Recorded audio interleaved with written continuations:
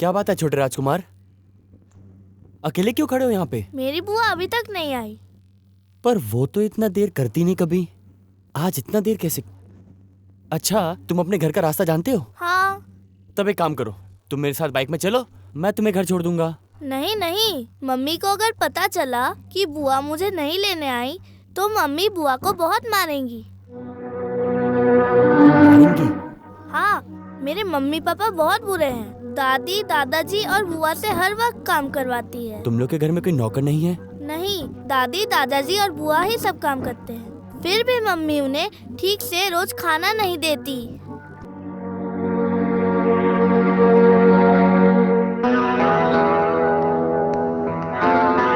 मेरी बुआ आ गई।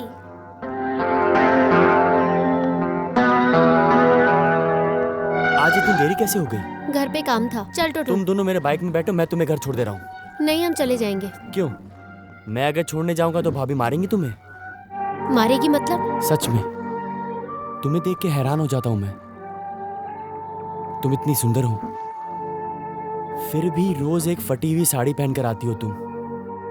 मुझे कुछ समझ में नहीं आता। आज टोटन मुझे सब बता दिया। टोटन, तूने क्या कहा? नया कुछ नहीं। आज हमारे देश में ज्यादातर घरों की यही कहानी है। ये तो आम बात है। माँ बाप बच्चों को पढ़ा लिखा के बड़ा करते हैं और उसके बाद बहू आके। चल टोटन। मतलब तुम मेरे साथ नहीं जाओगी? नहीं। तुम आज मेरे साथ चलो। मैं तुम्हें वादा करता हूं, मैं जिंदगी भर तुम्हारे साथ चलूंगा। मैं कभी मोटरसाइकिल पर नहीं बैठा।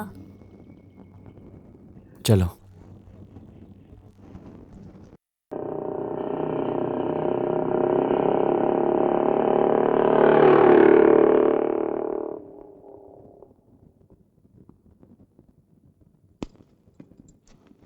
अच्छे से देख ले तो रूबी, कमरे में कुछ पड़ा तो नहीं रह गया? हमारे पास है ही क्या जो छूट जाएगा। बस रहने को यही एक कमरा था। सारा दिन काम करने के बाद यहाँ आकर सो जाते थे।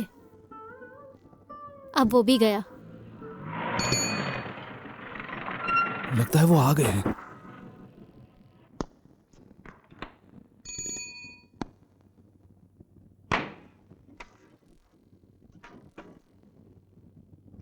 अच्छा, ये क्या विक्रम जी का घर है? हाँ आइए, हम आप ही का इंतजार कर रहे थे। Thanks.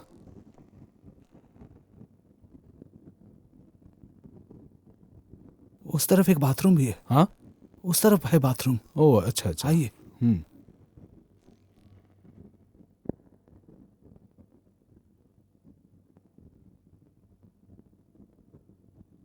First class, first class. पसंद आया ना आपको? हाँ हाँ हाँ। वो विक्रम जी यहाँ दिख नहीं रहे। उनके तो यहाँ रहने की बात थी। नहीं, वो तीनों ही तो अभी तक यहीं पर थे। आपके आने का टाइम हुआ तो मुझे देखभाल करने के लिए कहकर ऑफिस चले गए। अच्छा, आप कौन है? ये तो अभी तक आपने बताया नहीं। मैं विक्रम बाबू के घर पे 25 सालों से नौकरी कर रहा हूँ। ओह,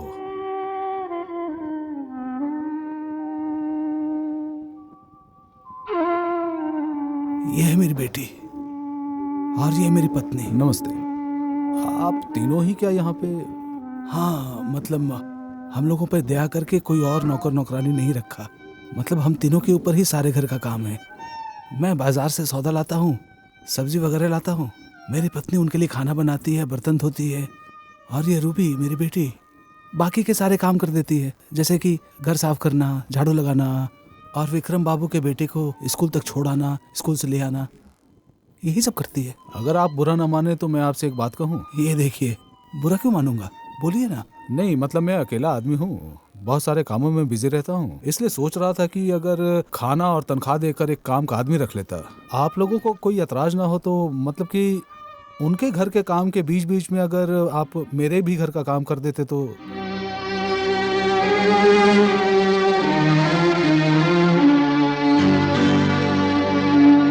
नहीं, मतलब वो जो तनख्वाह दे रहे हैं वो अलग रहेगा। मेरे काम के लिए मैं आपको 500 रुपये दूंगा।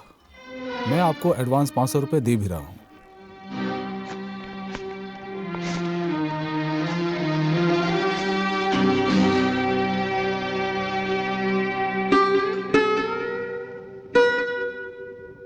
हाँ, लीजिए। आप इतने सालों से यहाँ काम कर रहे हैं, तो ये विक्रम बाबू इंसान कैसे हैं? मतलब एक ही छत के नीचे हम दोनों को रहना होगा, तो पहले से थोड़ा जान बूझ लूं। वो 3 भाई और उनकी पत्नियां एक साथ ही रहते हैं। उनके माँ बाप? जब वो लोग छोटे थे उनके माँ बाप मर गए। सैड।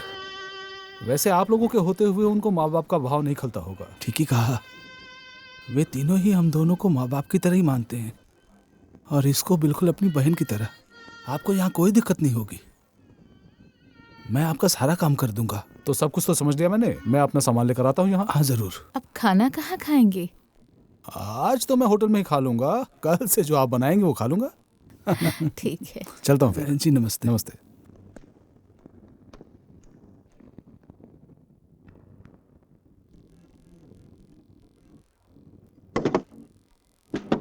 बाऊजी, बाऊजी दरवाजा खोलिए।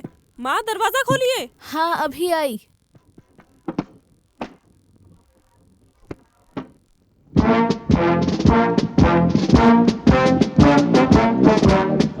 लाइए पैसे दीजिए। चल, हम लोग यहाँ से निकल लेते हैं। 3 देवियाँ संभाल लेंगी। चल।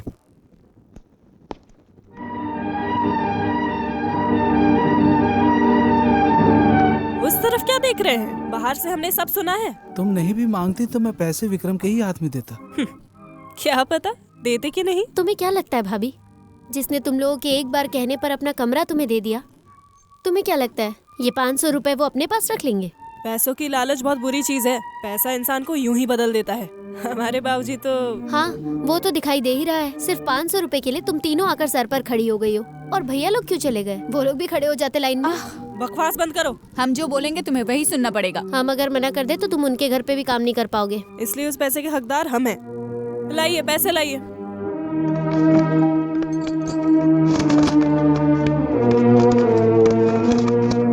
बड़ी बहू, तुम ये 400 रुपए रखो और मुझे सिर्फ 100 रुपए दो, ताकि मैं रूबी के लिए नई साड़ी खरीद सकूं। ये आपकी एक बहुत बुरी आदत है माँ जी। पैसा देखा नहीं कि भिखारियों की लाइन लग गई। ये क्या कह रही हो माँ? मैंने क्या कभी तुमसे साड़ी मांगी है? तू क्यों मांगेगी भला? तेरे भैया भाभी अंधे हो सकते हैं पर मैं नहीं। क्या मुझे नहीं दिखता? एक भले घर की लड़की होकर तू फटी साड़ी पहनकर घर से निकलती है। जिसके माँ बाप को 2 वक्त के खाने के लिए अपने ही घर पे नौकरों का काम करना पड़ता है, उसके पास एक नहीं तो क्या 10 साड़ियाँ होनी चाहिए। लड़की नहीं है, बिल्कुल बिच्छू है। तो फिर सोचो तुम्हारी चमड़ियां कितनी मोटी हैं। इतनी बार बिच्छू ने डंक मारा फिर भी तुम पर कोई असर नहीं पड़ता। एक दिन देखना, इस बिच्छू को तो मैं अपनी चप्पल से मसल के रख दूंगी।